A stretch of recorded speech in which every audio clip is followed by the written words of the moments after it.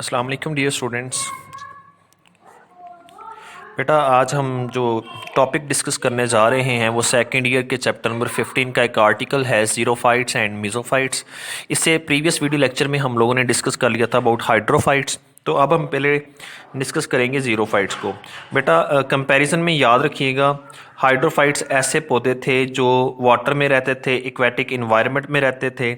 तो ज़ीरोफाइट्स ऐसे पौधे होंगे जो किस इन्वायरमेंट में रहेंगे, जो जीरिक कंडीशन में रहेंगे। जीरिक कंडीशंस कौन सी होती हैं? टेरेस्ट्रियल कंडीशंस यानी ड्राई कंडीशंस के अंदर रहेंगे। ठीक है, तो सबसे पहले इसको डिफाइन करते हैं। Plants living in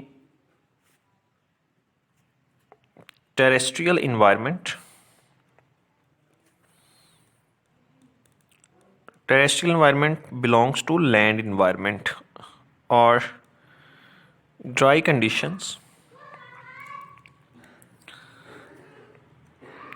are known as xerophytes। In plants को क्या बोलते हैं? ज़ीरोफाइट्स। जीरो मीन बेटा जीरिक से वर्ड निकला है, xeric mean dry condition, phytes mean plants. ठीक है, तो ज़ीरोफाइट्स क्या है? ऐसे प्लांट्स जो किस एनवायरनमेंट में रहेंगे? ड्राई कंडीशंस में रहेंगे। तो इनको देखा जाए, इनको जो सप्लाई ऑफ वाटर होगी आपके ख्याल में, यानी हमने इसकी डेफिनेशन पढ़ ली, तो डेफिनेशन के बाद हम लोग लिखेंगे इसकी सप्लाई ऑफ वाटर। तो क्या ऐसे प्लांट्स को वाटर ज़्यादा मिलता है? बेटा याद रखिएगा, क्योंकि टेरेस्ट्रियल इन्वायरमेंट, डेजर्टेड इन्वायरमेंट ऐसा इन्वायरमेंट है जहाँ रेनफॉल कम होता है।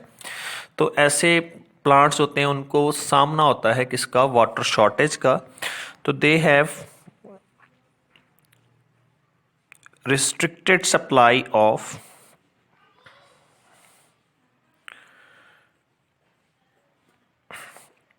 Water. They face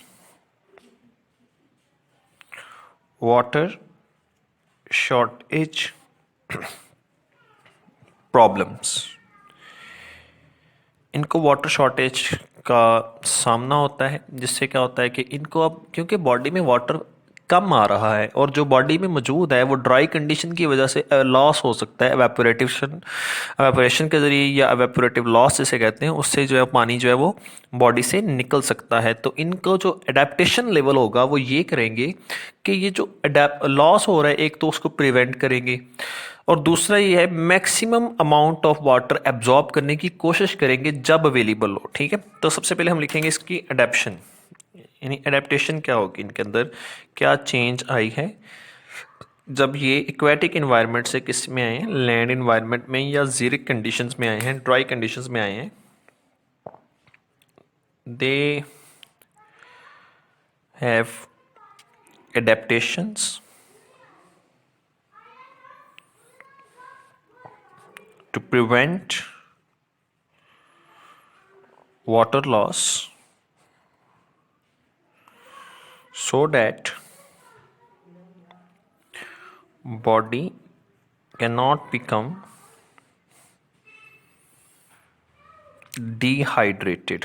body dehydrate ना हो जाए, इससे बचाने के लिए, यानी बॉडी में पानी की कमी ना हो जाए, इससे बचाने के लिए इनके अंदर एडेप्टेशंस हैं। किसके लिए?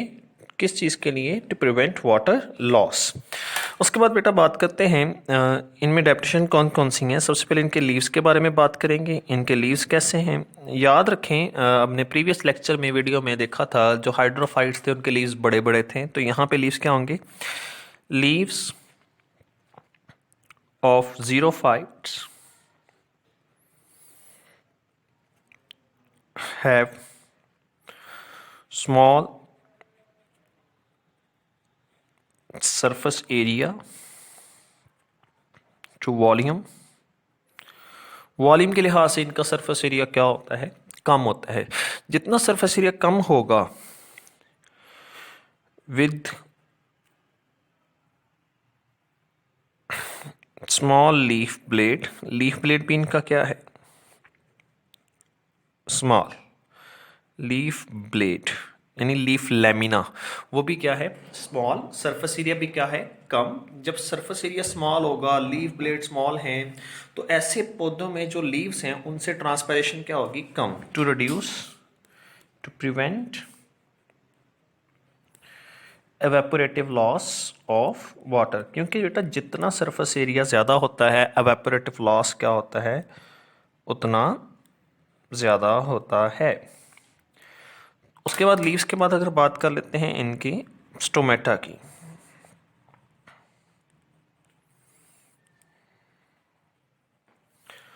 स्टोमेटा जो हैं इनके, दे हैव फ्यूअर स्टोमेटा, स्टोमेटा क्या होते हैं, बहुत कम। एंड आर ओनली प्रेजेंट, और सिर्फ अगर प्रेजेंट होते हैं कहाँ पे होते हैं फिर, on lower side of leaves. होते भी कम हैं और सिर्फ किस साइड पे होते हैं, नीचे वाली साइड पे होते हैं। क्यों बेटा नीचे वाली साइड पे होते हैं, अपर वाली साइड पे क्यों नहीं होते? क्योंकि बेटा देखें, अगर स्टोमेटा ऊपर मौजूद होंगे तो किसी पौधे के ऊपर वाले हिस्से पे स्टोमेटा हैं, तो सनलाइट की वजह से जब सनलाइट वहां पड़ेगी, फॉल करेगी सनलाइट, तो उससे वो स्टोमेटा ओपन रह सकते हैं, जिससे वाटर लॉस क्या हो सकता है, ज़्यादा। तो यहाँ पे वाटर लॉस को क्या करना है, मिनिमाइज करना है। यहाँ तक कॉन्सेप्ट क्लियर हुआ? तो लीव्स, उसके बाद हमने डिस्कस किया कि stomata, they have fewer stomata and are only present on lower side of leaves, ठीक है। उसके बाद हम डिस्कस करते हैं कि इनकी क्यूटिकल कैसी होती हैं। दे हैव क्यूटिकल, हम डिस्कस करेंगे इनकी क्यूटिकल कैसे होती हैं, ठीक है।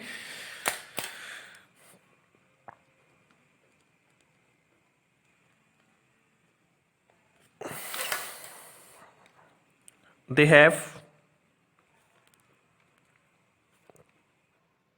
thick and waxy cuticle on leaves to prevent evaporative loss of water. बेटा याद रखें, जितनी क्यूटिकल थिक होगी ट्रांसपायरेशन का रेट, एवेपोरेशन का रेट कम हो जाएगा। क्यूटिकल बनी किसकी होती है, लिपिड मटेरियल की। तो जितना उसका रेट कम होगा, अल्टीमेटली हम ये कह सकते हैं एवेपोरेटिव लॉस उतना कम होगा। तो पौधे से पानी जो है वो उतना ही कम ज़ाया या बॉडी से बाहर कम रिमूव किया जाएगा। नेक्स्ट हम देखते हैं जी, क्यूटिकल के बाद हमने स्टोमेटा को डिस्कस किया, लीव्स को डिस्कस कर लिया, क्यूटिकल को डिस्कस कर लिया। इनके स्टेम के ऊपर डिस्कशन करते हैं। इनके स्टेम बड़े स्पेशल किस्म के स्टेम होते हैं, इस सेंस में कि ये स्टेम जो होते हैं, एक तो ग्रीन होते हैं, दूसरा जो होता है they have large storage organ, जहाँ पे वाटर जो है वो स्टोर होता है, यानी इनमें पेरेन्काइमा टिश्यूज होते हैं जहाँ वाटर जो है वो स्टोर कर सकते हैं, ठीक है। तो stem of xerophytes are also regarded as succulent organs.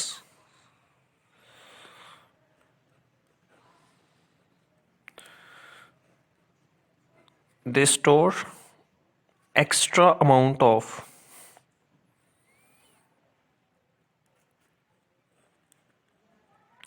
Water when available. जब इनको वाटर मिलता है ज़रूरत से ज़्यादा, जो इनकी बॉडी नीड से ज़्यादा होता है, तो ये उसको क्या कर लेते हैं, स्टोर कर लेते हैं, ठीक है। याद रखें, स्टेम फॉर दिस पर्पस, इस पर्पस के लिए कंटेन, इसमें क्या मौजूद होते हैं इस पर्पस के लिए, पेरेन्काइमा सेल्स, ओके। स्टेम के बाद बेटा हमारे पास नेक्स्ट आर्टिकल हम जो इसमें स्टडी करेंगे, हम ये देखेंगे इनकी रूट्स कैसी होती हैं। तो याद रखें बेटा, दे हैव लॉन्ग, लंबी एंड डीपर रूट्स, और काफ़ी गहरी रूट्स होती हैं for absorption of water when available. जहाँ जहाँ तक इनको थोड़ा बहुत भी पानी मिल सकता है वहाँ वहाँ तक रूट जो है इसकी फैली होती हैं।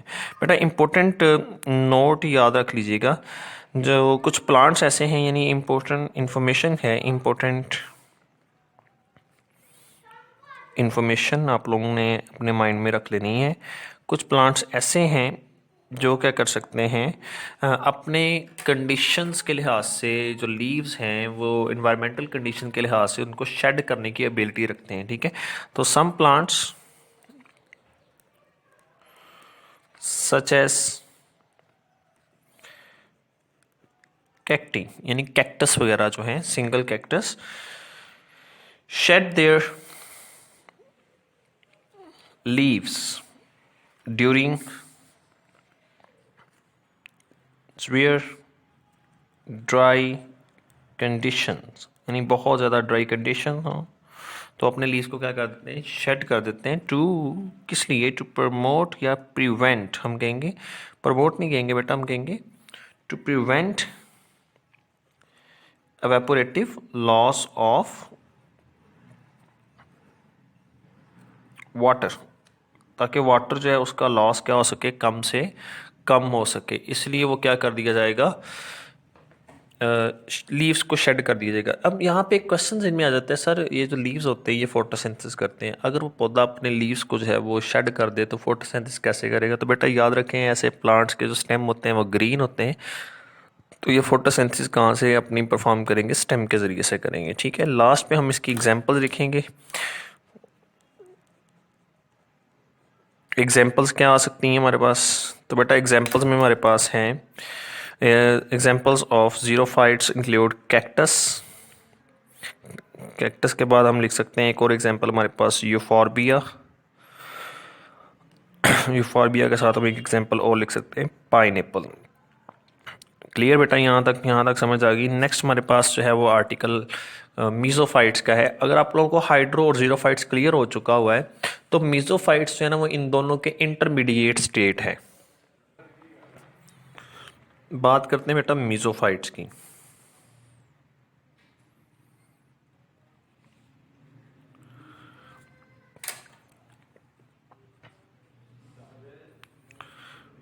Plants living in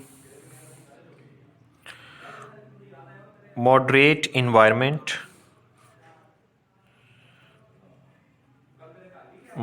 environment, or moderate conditions known as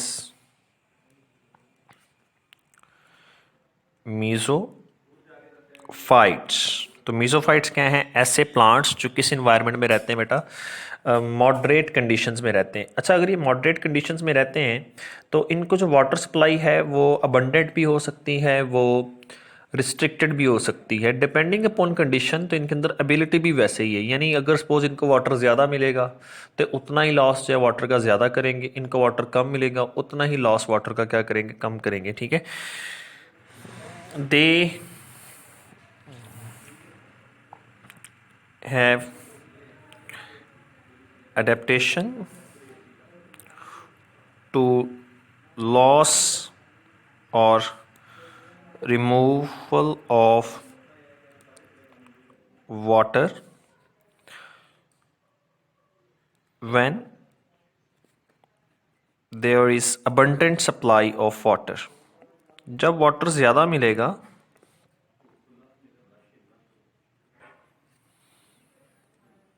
जब वाटर ज़्यादा मिलेगा तो रिमूवल भी क्या होगा बेटा, ज़्यादा होगा। ठीक है, इसी तरह they have adaptations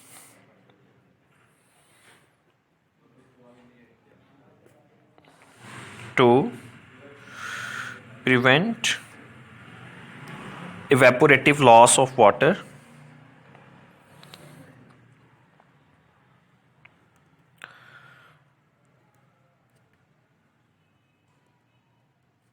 during the restricted supply of water। जब वाटर कम मिलेगा तो एवेपोरेटिव लॉस जो है उसको भी क्या कर दिया जाएगा, कम कर दिया जाएगा, ताकि बॉडी में वाटर को क्या किया जा सके, मेंटेन किया जा सके। ठीक है, तो बाकी सारी प्रॉपर्टीज़ इनकी जो है वो इंटरमीडिएट आ जाएंगी बिटवीन ज़ीरोफाइट्स एंड हाइड्रोफाइट्स। तो इसमें एग्जाम्पल मेंशन करेंगे, जो हमारी बुक में एग्जाम्पल्स हैं। तो एग्जाम्पल्स में हम लिखेंगे बेटा मैंगो, रोज एंड ब्रासिका। ठीक है, जिसको मस्टर्ड प्लांट भी कहते हैं। तो ये हमारे पास एग्जाम्पल देती है मीजोफाइट्स की।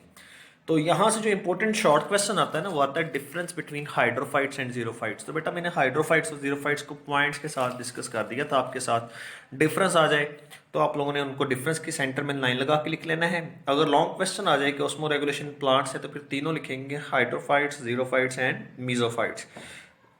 ये था हमारा आज का आर्टिकल। कल इंशाल्लाह डिस्कस नेक्स्ट वीडियो लेक्चर में जो है हम डिस्कस करेंगे ऑस्मो रेगुलेशन इन एनिमल्स।